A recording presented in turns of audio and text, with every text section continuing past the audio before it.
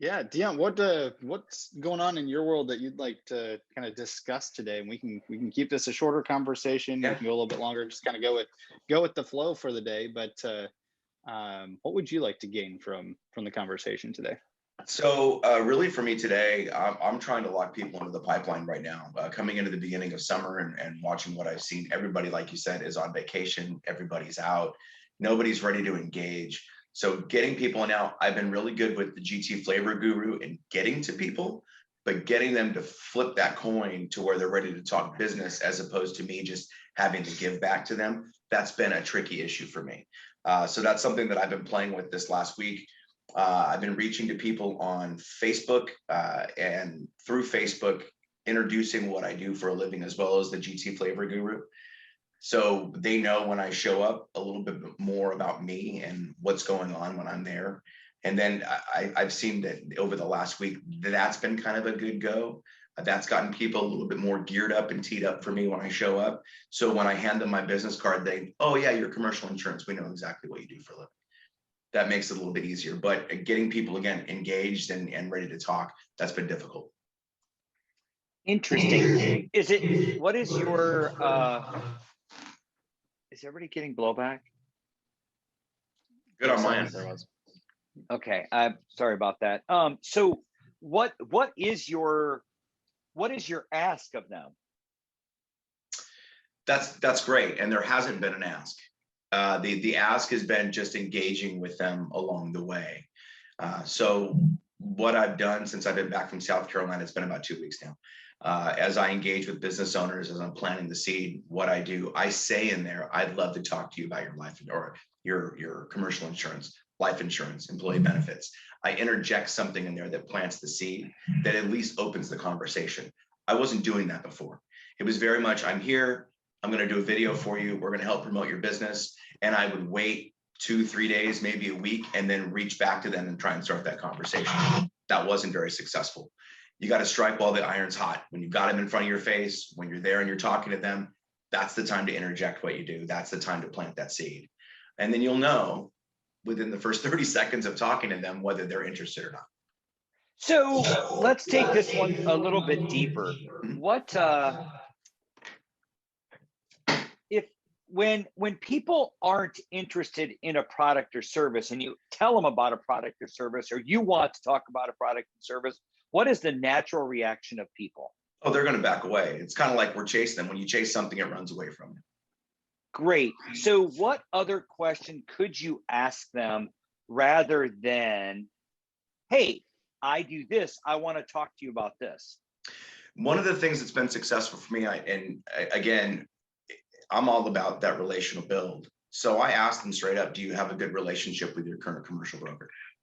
And I'll either get a yes or a no, or why are you asking? So let me ask, is that a power question, or is that a question to build relationships? It's funny that you ask. When that question's interjected, it's more of a power question. It's a relational build, but when you're trying to get over that hurdle and at least get into the arena to talk business, it's kind of or it's been sticky for me anyway. So what if you ask them a question about their business? And I mean, we've all, flooding, COVID, air conditioner failures, structural problems, remodeling. Have you ever just asked them a question of, tell me, when's the last time you had a problem within your business that didn't get resolved? I have not used that, no. Well, and I'm trying to get you to ask a different question. See, we're all wired to ask the questions that we think we want to know. And we are trained in a methodology. It's not about me. It's nothing to do about me. So when asking questions of somebody else, we have to ask them a question that gets close to home. So, Cal, down the street, they had a fire. Tell me. And XYZ happened. So tell me, what would you do if you had a fire? What would you do if you had a sprinkler line break or a water line break? What would you do? What would you do if your roof failed? You know all the intricacies of what goes on in commercial insurance. I don't, but we've got to take a different approach to people to get them to engage. And I hate to say the word, we need to find their pain point, but we need to find a question that allows them to go, well, I don't know. Well, if my roof fails, what are you going to do? What happens if you have a water line break? I mean, that's a common occurrence in everybody's business. Right. It's just, what is that line? There's those that have had a water line break. There's those that will, and those that will again, right? It just, stuff happens. So we have to ask questions to get them off of, oh, he's trying to sell me something. Oh my gosh, I don't want to hear about your stuff. All right, well, tell me about this. What happens when X happens? What happens when, have you ever been broken into? Oh my gosh, what did you do? Was everything covered? Well, why wasn't it covered? And just ask questions based on your knowledge of the products and services that you sell, that you've seen problems with other insurance companies. Well, and there too, if I'm asking the right questions, I've already got an answer to back it up. I mean, we're well prepared as we are when we go into our meetings. So that's going to build a lot of trust along the way. And that's going to put me in the position to be an advisor as opposed to a salesman, which is where I want to be. Love it.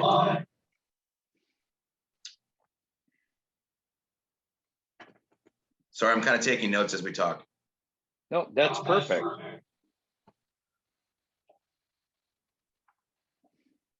So tell me, last 10 prospects, why did the last 10 prospects say yes to you?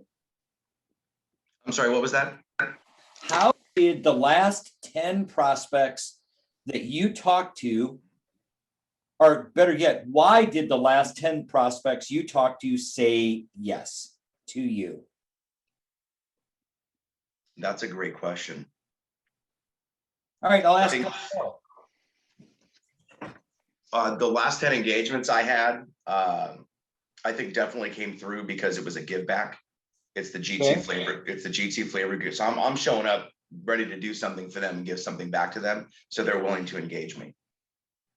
That's not a problem. I can talk to people about, their restaurant and what they do and helping advertise for them or help boost their business. They're willing to talk about that all day long.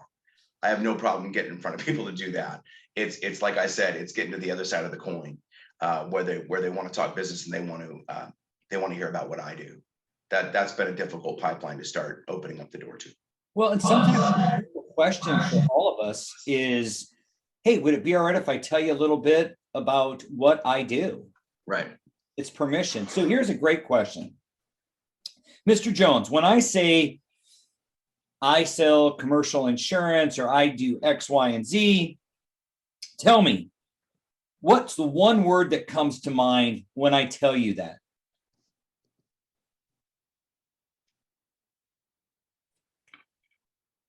Fear. Well, that's not for you to answer, buddy. I'm kidding. That's not typically when, if I were to ask somebody that question, I mean, what I would expect to hear is they don't know a lot about insurance, or they don't know what's commercial insurance. All right, so then ask them this. Mr. Jones, when buying X, what are the 3 biggest mistakes people make?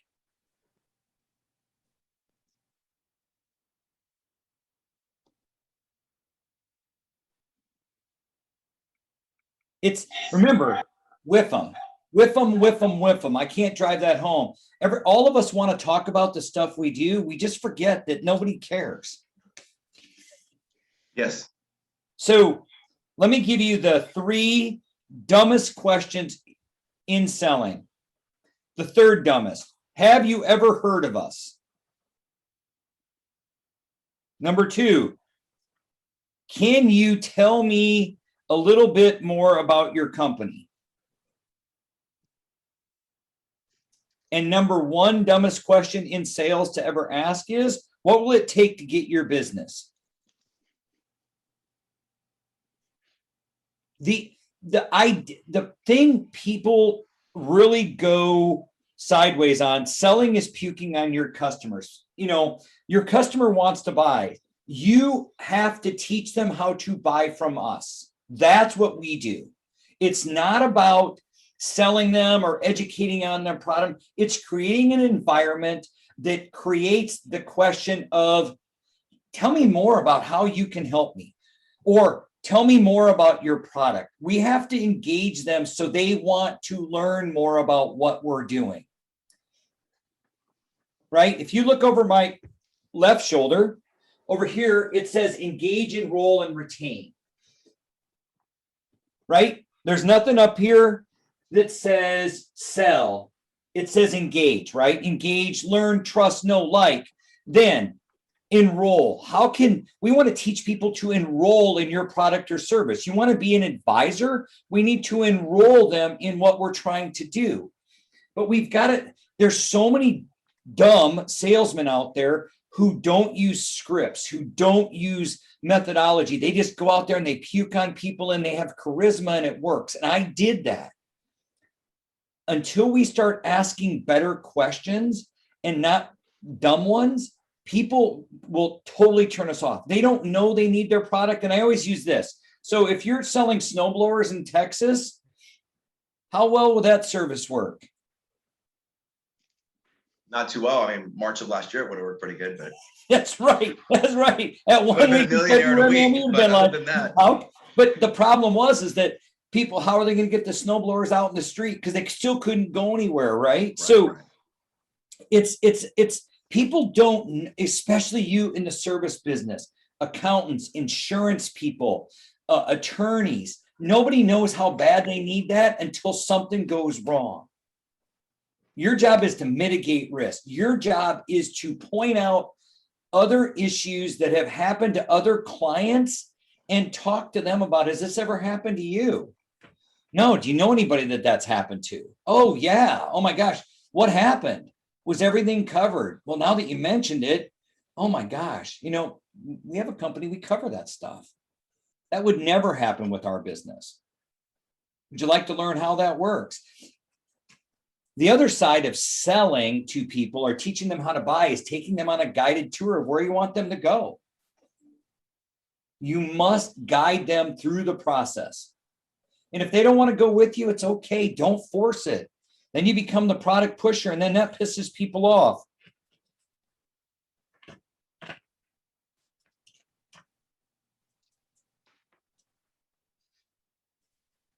Okay. Is that helpful? Yes, no, I've already got a page of notes, Andy. Yeah, it's helpful. Well, and it's about, so every time you meet somebody, Dion, do you, before you go into the meeting, do you write down the outcomes that you want to attain? Sometimes, depending on what the meeting is. If it's a one-on-one note, typically if I'm going to a one-on-one, I'm just learning about the other person. It has nothing to do with moving forward with business or anything like that. If I'm going into a business meeting, I definitely have written down before I go in, and I have them in my head of what I want to get out of that. Excellent. I challenge you that you have outcomes for every one of your meetings. So because you never know where it may lead. Everybody you meet, there should be an outcome. Hey, I know it's not the right time for you, but after this conversation, who do you know that I should talk to? Who do you know that I should meet for coffee? Who do you know that I should meet for a beer? Who do you know that I should meet and taste their flavors? There's a lot of questions you can ask that I can't, but every meeting should have an outcome. I don't care what it is, because if you don't go in looking for an outcome, you're going to come out with nothing. Or you're going to get lucky and go, oh, hey, before I leave, I had this question written down here. I forgot to ask. And then ask the question.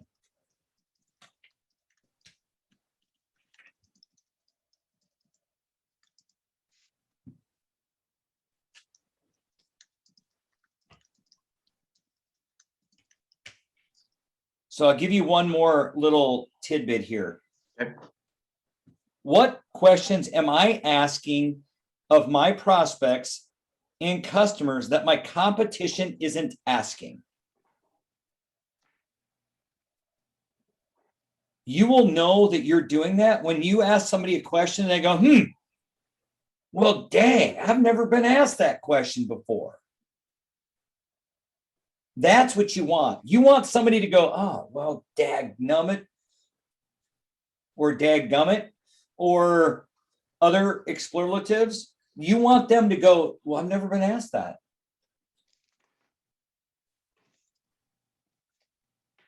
It also keeps you fresh in their mind too.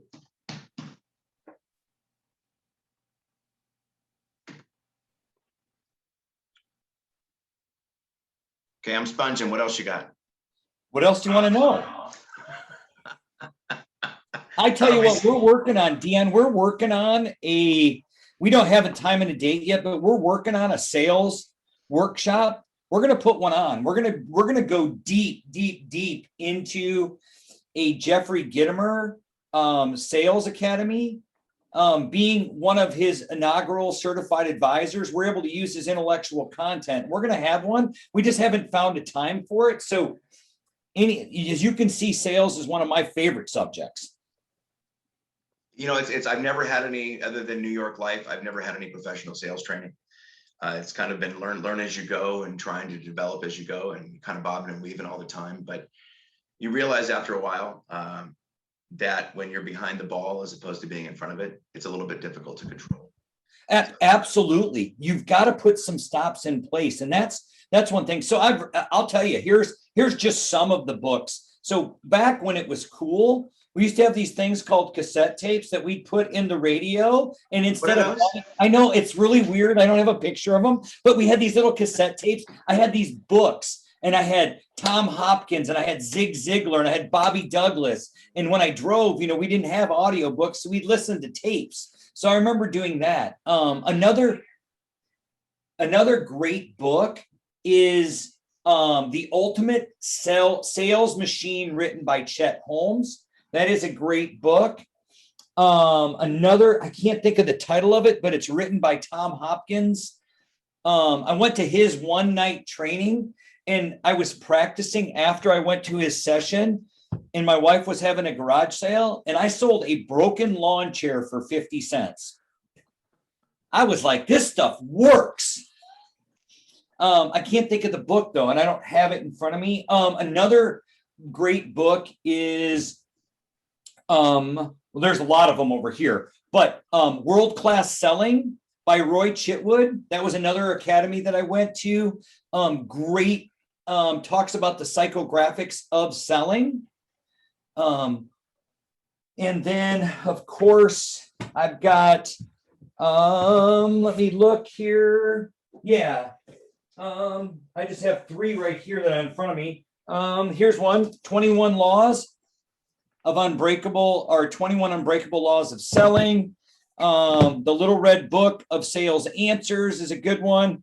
And then my all-time favorite book, this is the #1 business book ever written, is The Little Red Book of Selling, written by my mentor, Jeffrey Gitomer. I got this when I went to his inaugural class. I got some Andy signatures on here, and along with this book right here is his other that I highly recommend people get. Sorry, I walked away. I know that's not cool, but this goes right with selling. The Little Gold Book of Yes Attitude.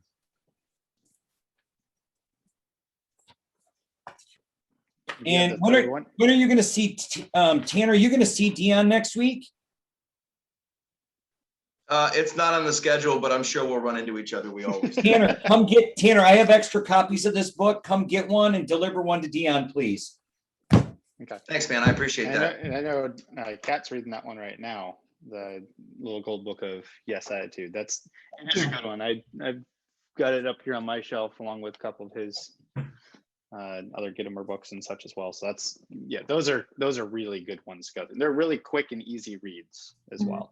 Yeah, and so like, I mean, he's got some great books. They're all written like this: the Little Black Book of Connections, the Green Book of Getting Your Way, the Silver Book of Cha-Ching. There are 100 different ways to look at it, but it's an art now. That's why the really good people continue to grow and others struggle and cycle through, is because the one thing about selling that and buying and teaching people to buy that I can't emphasize enough is you must continue to learn. It's funny that you say that. So I started with New York Life, had a really big influx of knowledge that was put upon me. And it's kind of like throwing spaghetti at a wall. Some of it sticks, some of it doesn't, only because you're drinking from a fire hose all day long. Right. And you pick up as much as you can, and then you reach a plateau, and you realize when you hit that plateau, you got to learn more. So you learn a little bit more. Coming on board with Blake in February, I felt like I had taken a lot from New York Life, and now I'm trying to grow my knowledge from them a little bit more. Again, you hit that plateau. If you're happy being at that plateau and turning what you're turning and doing what you're doing, then God bless you. I'm just not satisfied. I need to see more. I need to see more growth, and I'd like to scale it a little bit quicker than I did with New York Life. It took me a couple of years to scale it with New York Life. I don't have a couple of years to spend. Yeah, So and I highly recommend that.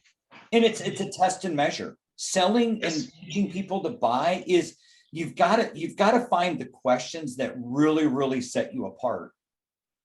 Or you've got to change the way you look at it. Because today, when I first got into this in 1991, 92, 93, 94, when I really took off in this business, there wasn't a lot of resources, and it wasn't so much about psychographics. It was about the product and service. Well, today is all about WIFM.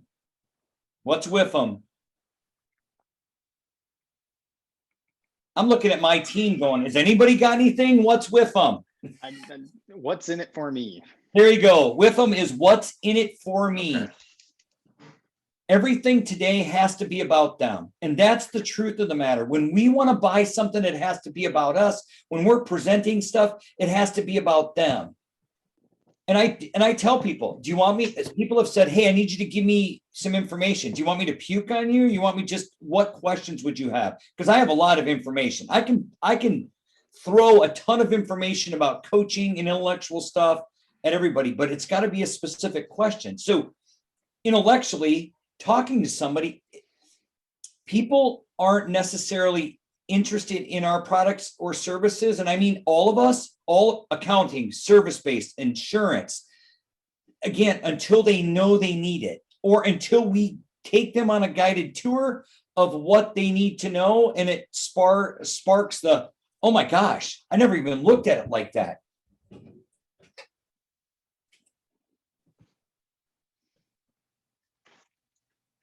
Well, in those conversations, I feel that we can provide value as well. Exactly. That And value it's all about piece is- asking the questions. So, excellent. What else you got cooking? Is that helpful, Dion? Yes. Well, I don't know if you can see this. So I've just been writing and writing. Yes, it's definitely helpful. Again, trying to get people through the process. I think, like you said, explaining the process draws them a roadmap. This is where we go. This is how we do it. It's very common. Every client walks this process with me. And I think that commonality, creating that repetition and that cadence, makes them feel comfortable with what's going on. This is how we do it. And I think that's a piece that's missing for me that I'm going to start interjecting and adding in. Love it. I think the referral ask is something I need to add in too. I don't think I'm asking for referrals as much as I should, and asking for referrals will definitely help build that pipeline quicker. And not just asking for referrals, asking them how they're going to introduce you to this person. Right. Because if they're just like, yeah, you should call Bob. You call Bob, he's going to go, who the hell are you? Mm-hmm. Why are you calling me? Well, so-and-so, yeah, not interested. Click. It's totally different with, hey, Tanner, I'd love you to meet Dion. Dion's a trusted advisor, has done some really great things with our business. I really think you should meet with him and just learn about what he does. Is he going to try to sell me something? If it's a good fit, he may, but all this is I'm asking you to sit down and have coffee with him. Right. Oh, that's it? Perfect. Tanner, I met with Jennifer Aaron and Michelle Vo yesterday for coffee in the morning. And so we got into it, and I asked them that question, how do you guys prefer to be referred? And that sparked a 15-minute conversation about emails and one-on-one and getting in front of people. But it was nice that kind of came into play. Really nice ladies. And I think there'll be a really good connections. So I talked to Michelle. Well, I don't know if Jennifer's going to join, but Michelle's probably going to join us next Friday for this meeting. Awesome. Trying to get him in. Fantastic. Awesome. All right. Anything else we can do for you, Mr. Dion, today? I feel like I had a private coaching session, and I really appreciate it. You actually did. So And that's what, I don't know if okay. you know this, but I emailed everybody else and told them it was canceled today. Just so, just so. Well, maybe we'll clip this part of it and move it to the front, and then we'll bring the rest of the conversation in. I love it. Like, I feel like I had a private coaching session today, because that's what we want. We want everybody to have a coaching session that allows you to gain clarity and kill the drama in your business and move you forward. The sales course that you guys have coming up, and Tanner, if you can back me up on this, I'm going to bring it up with Blake. I'd really like to be a part of it. I don't know if Blake is going to be a part of it, only because when he comes back, he's moving to Burnet. But I definitely want to be, if he's not going to be there, I want to be there. And so if you could just kind of back me up on that, Tanner, when you talk to him, say, oh, I mentioned it to Dion, it's something he's interested in, and we're going to try and just finagle that through. Yeah, and I'd love that. Is he actually coming back? That's what he says. We'll see. I asked Tanner this morning, I'm like, is Blake back? And that's what he's like, I don't think, Deanne doesn't think he's coming back. Well, if I got moved to the Bahamas for 2 weeks, I might set up residency there too. So yeah, his brother, I think his brother's getting married this weekend. Next week is their last week there. They're supposed to be back, I think, the Wednesday after next. Poor guy. I know, it's been tough. 2.5 months in the Bahamas is rough. Wearing flip-flops, playing in the sand, living by the beach. Yeah, it's terrible. Well, now his wife is a social media influencer on Instagram, so I know he's been filming a lot of videos while they're there. So I don't think he's playing as much as he says he is. There's a lot of shoots, like it'll be her and the kids, and off in the distance you can see, you know, Blake's taking pictures off in the distance, where he kind of comes through the brush and the family's there, but he's not in any of the photos. So I know he's taken home, which is kind of funny. But yeah, I'd love to be a part of the coaching session and get involved in that, and or the sales meeting. I think that would be beneficial. Well, tell me this, Dion, since we're talking about how important do you think a sales academy would be for a lot of the businesses in and around Williamson County? Oh, yeah. So what I think happened in 2020, there was such a shift in the way that we do business. I mean, everything went virtual, and now that everybody's starting to get in front of people again, it's almost like they're scared.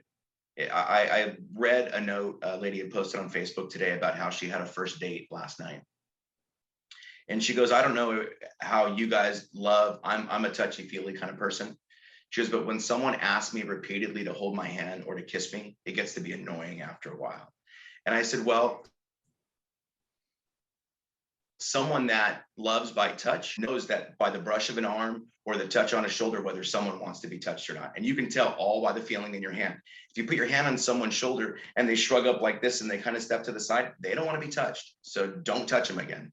If you reach your hand out and they reach to hold your hand, they want to hold your hand, but they shouldn't be, bombarded with questions the whole time. It's very much the same feeling with the sales process. You can't ask questions like, what would it take to earn your business today? You need to be able to go into it with just a sense of feeling and reading the other person and knowing in that conversation how to pivot, how to turn the conversation around if they're not following you, and how to get it back on track. The problem is if you go in without a script or a schematic, at least in your head, then it just you get lost in the process as well. Love it.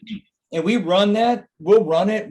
We will run it front to back, forwards and backwards. We will role play. This will be a 2-hour straight up. We're going to get down to the nitty gritty. And we're going to charge people for it. This won't be a free event. It'll get people, we don't want the tire, I'll just say it out loud.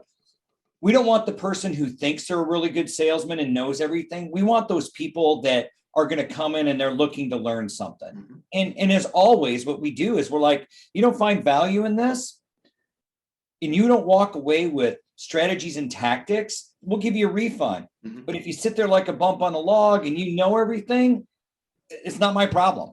Come in humble and ready to learn. That's exactly it. So we'd love to have you as a partner. Thank you. I appreciate that. I'd love to be there. Excellent. All right, Tanner, sorry I took over the conversation. Anything else? No, good conversation. Love the topics and such. I think there has been an ask next week. First off, I will not be here next week, next Friday for the call.